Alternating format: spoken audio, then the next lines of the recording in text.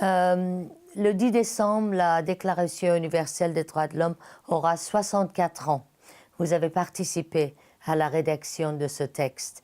Est-ce que la Déclaration a vécu les promesses, ces promesses? Il est évident que les Nations Unies ont marqué leur arrivée à l'existence par une considération fondamentale pour les droits de l'homme. Ce qui s'était passé pendant la Deuxième Guerre mondiale, notamment les horribles exactions à l'égard des Juifs, ont donné à la communauté internationale le vif désir de marquer comment les droits fondamentaux de la personne humaine devraient désormais être respectés. Cet espoir est aujourd'hui aussi important qu'il y a 64 ans. Et quand la déclaration a été adoptée ici même à Paris, au palais, sur le palais de Chaillot, nous étions tous heureux de voir qu'aucun pays, aucun des pays membres n'a voté contre.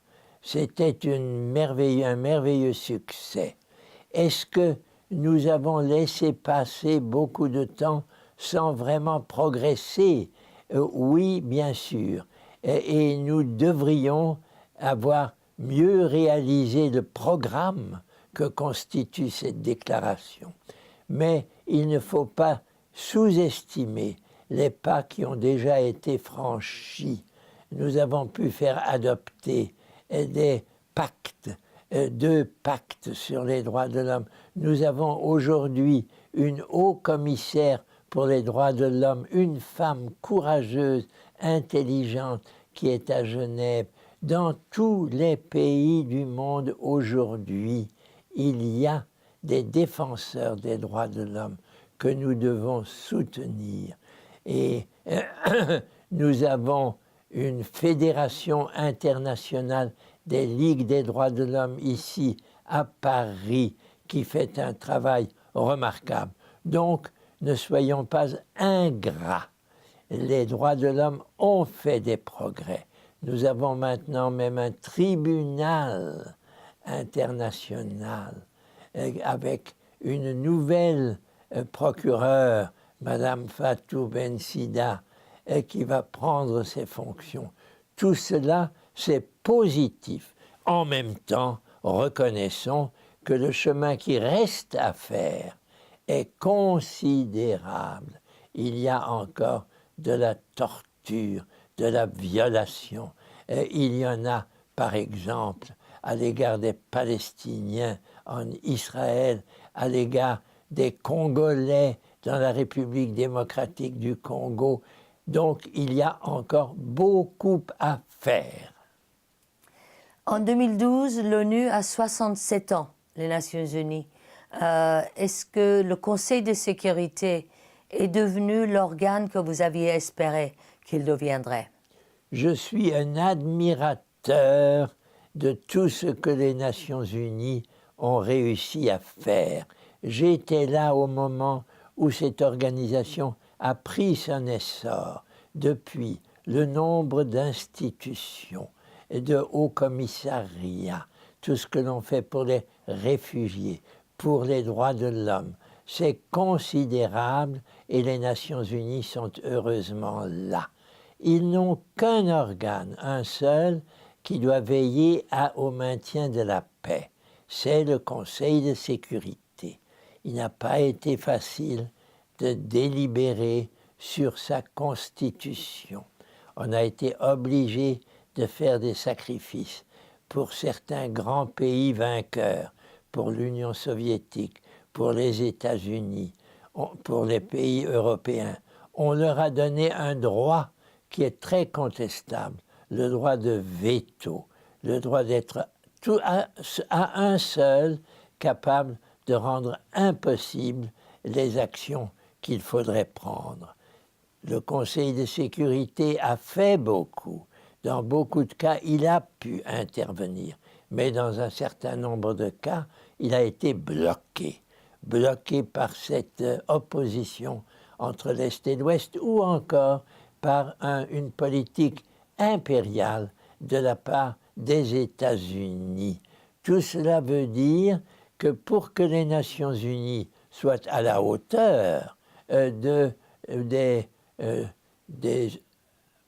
obligations qui leur ont été données au moment de leur fondation, il y a maintenant 67 ans, il faut qu'il y ait une réforme du Conseil de sécurité. Ça ne sera pas facile, mais j'ai confiance. Tôt ou tard, on verra que la disposition du pouvoir dans le monde n'est plus la même qu'en 1945 et qu'il faut maintenant donner toute leur place à ces nouvelles nations émergentes sans lesquelles la paix dans le monde ne pourra pas être assurée. Le 10 décembre, l'Union européenne recevra le prix Nobel de la paix. Quelle était votre réaction quand vous avez su que le prix a été attribué à l'Europe? J'examine toujours avec un peu d'esprit critique la façon dont les distributeurs du prix Nobel font leur travail. Quand ils l'ont donné au président Obama, j'ai trouvé que c'était un peu tôt. Maintenant, ils l'ont donné à l'Union européenne. Pour moi, l'Europe, c'est ce que nous avons fait de plus important au cours des 50 dernières années. Je suis un admirateur des pères de l'Europe. Je pense qu'avoir permis, surtout après la chute du mur de Berlin, d'élargir l'Europe à l'ensemble géographique qui va non plus seulement jusqu'à l'Oderneis, mais jusqu'au Niémen, c'est une merveilleuse avancée. Reconnaissons toutefois que ça ne marche pas encore aussi bien que nous l'aurions souhaité. Il y a encore beaucoup de nationalisme dans les différentes composantes de cette Union européenne.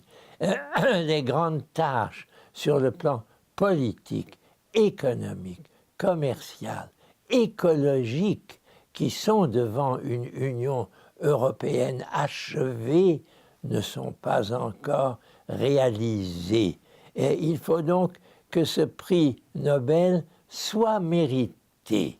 Et je souhaite que ces 3 présidents qui vont aller là-bas, président du Parlement, président de la Commission, président du Conseil, sentent que s'ils reçoivent ce prix, c'est pour les inciter à être plus courageux qu'ils ne l'ont été jusqu'ici, plus unis, plus capables de surmonter les difficultés que pose naturellement l'unification d'une terre aussi diverse, aussi souvent conflictuelle que l'est la grande Europe.